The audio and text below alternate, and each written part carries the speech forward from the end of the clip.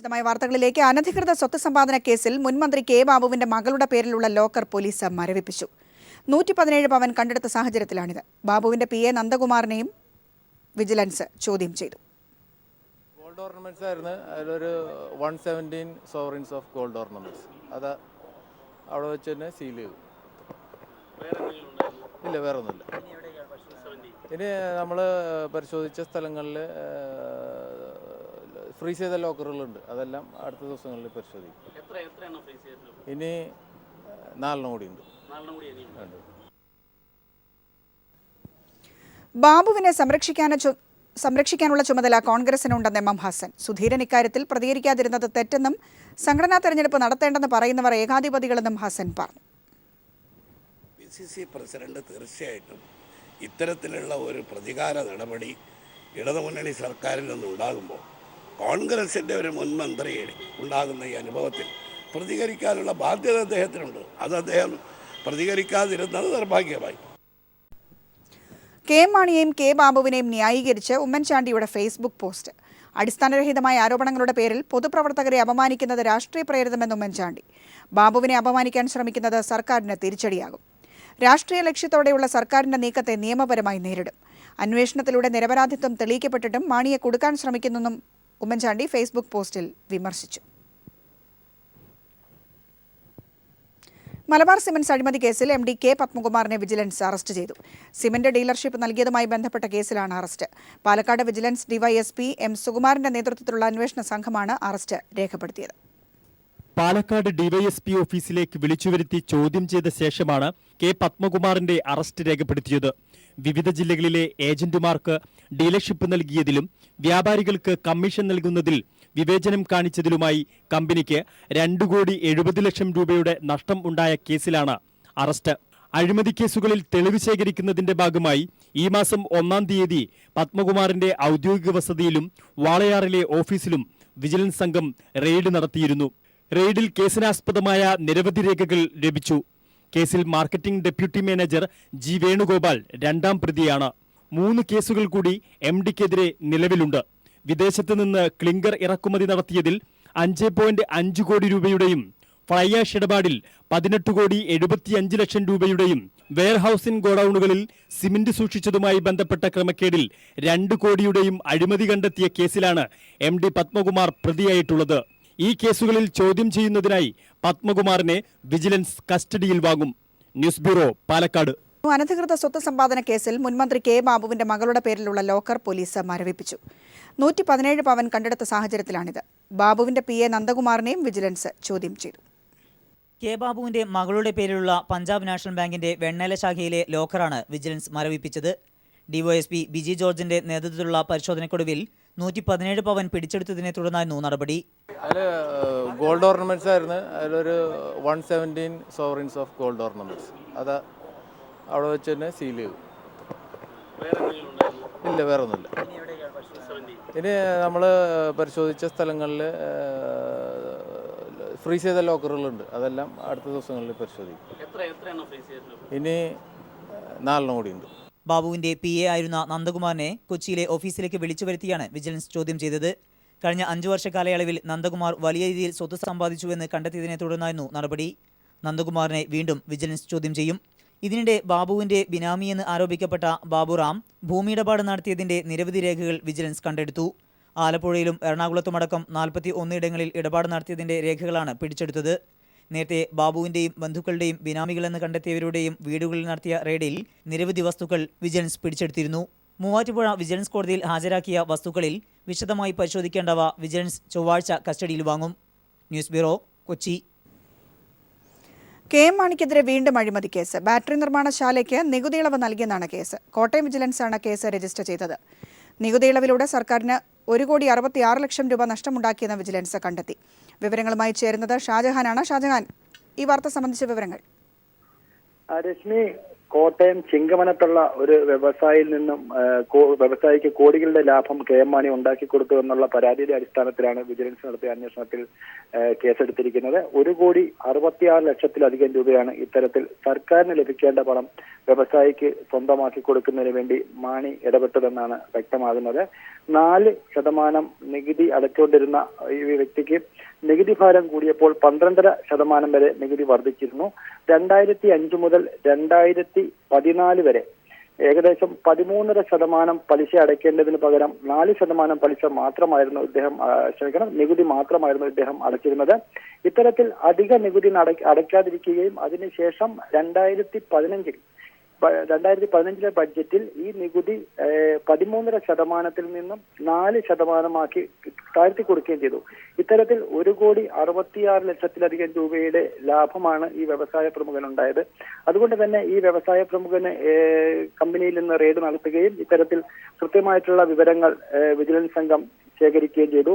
Battery സംസ്കരിച്ചെടുക്കുന്ന ചില ഉൽപ്പന്നങ്ങൾ കയറ്റുമതി ചെയ്യുന്ന ഒരു ബിസിനസ്സുകാരനാണ് ഇദ്ദേഹത്തിന്റെ ഓഫീസിലാണ്, ചിങ്ങമനത്തുള്ള ഓഫീസിലാണ് ഇന്ന് വിജിലൻസ് സംഘം റെയ്ഡ് നടത്തിയത്.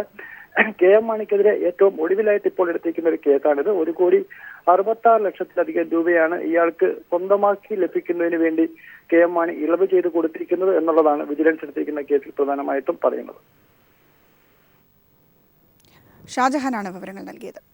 മാണിക്കെതിരെ മറ്റൊരു കേസിലും കൂടി ത്വരിതാന്വേഷണത്തിലെ വിജിലൻസ് കോടതിയുടെ ഉത്തരവ്.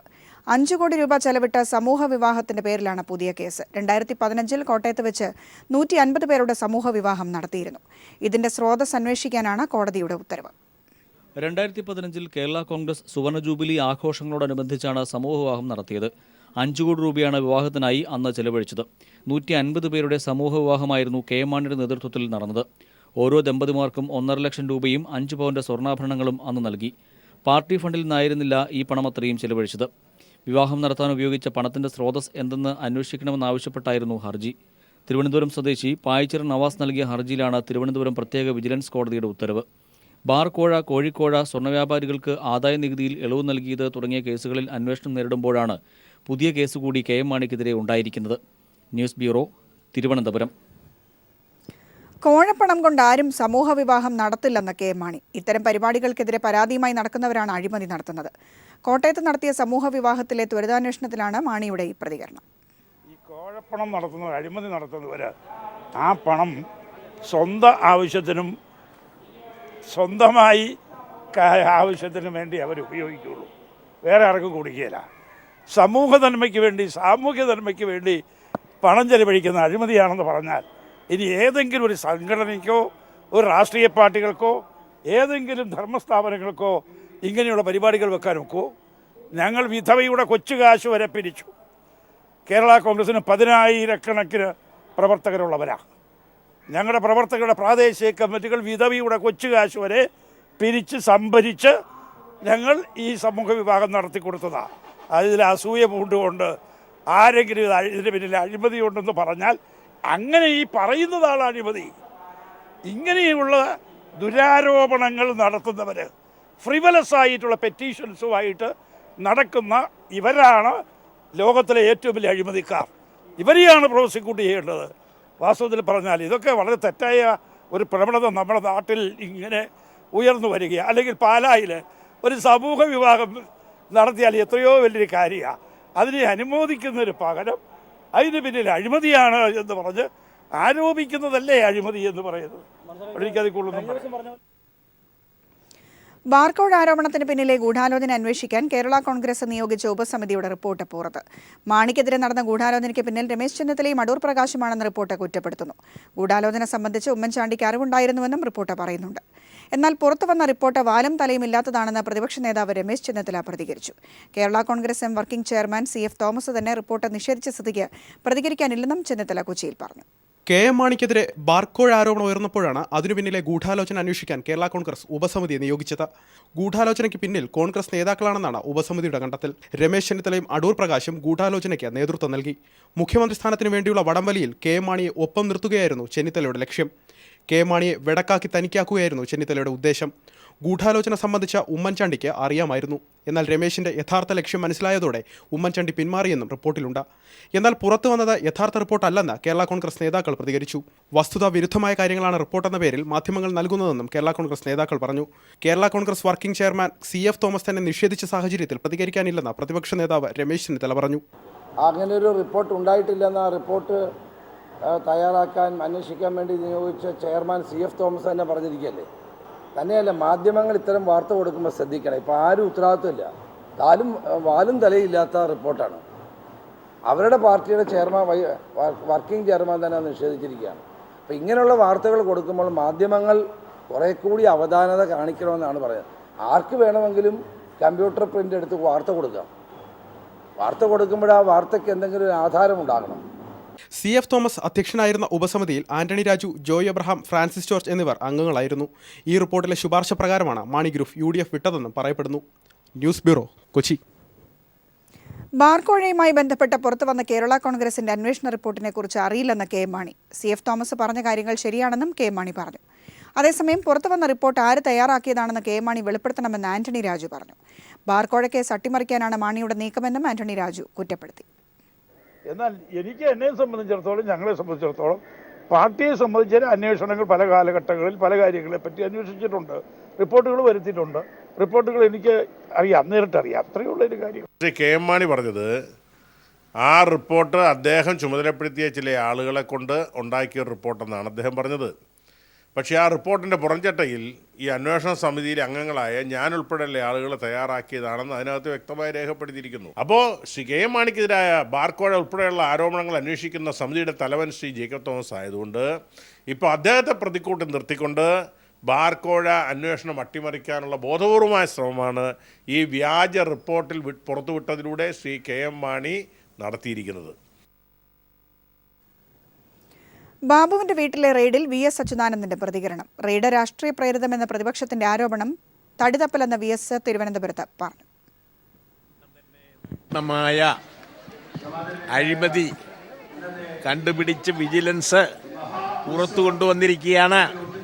അതിൽ നിന്ന് തടിതപ്പാൻ വേണ്ടി കോൺഗ്രസ്സുകാർ പറയുന്ന ന്യായങ്ങളൊന്നും തന്നെ സത്യമല്ല. റെഡ് ക്രോസ് സൊസൈറ്റി കേരള ഘടകവും ജില്ലാ ഘടകങ്ങളും പിരിച്ചുവിട്ട സർക്കാർ നടപടിക്ക് ഹൈക്കോടതിയുടെ അംഗീകാരം. ഹൈക്കോടതി ഡിവിഷൻ ബെഞ്ചാണ് അംഗീകാരം നൽകിയത്. റെഡ് ക്രോസിൽ നടന്ന ക്രമക്കേടുകളെക്കുറിച്ച് മാനേജിംഗ് കമ്മിറ്റി അംഗമായ C ഭാസ്കരൻ നേരത്തെ ഇന്ത്യൻ പ്രസിഡന്റിന് നൽകിയ പരാതിയെ തുടർന്നായിരുന്നു സർക്കാരിന്റെ നടപടി. ഇതിന്റെ അടിസ്ഥാനത്തിൽ റെഡ് ക്രോസ് കേരള ഘടകം പിരിച്ചുവിട്ട് പകരം അതാത് ജില്ലാ കളക്ടർമാരെ അഡ്മിനിസ്ട്രേറ്റർമാരായി നിയമിച്ചാണ് സർക്കാർ ഉത്തരവ് പുറപ്പെടുവിച്ചത്.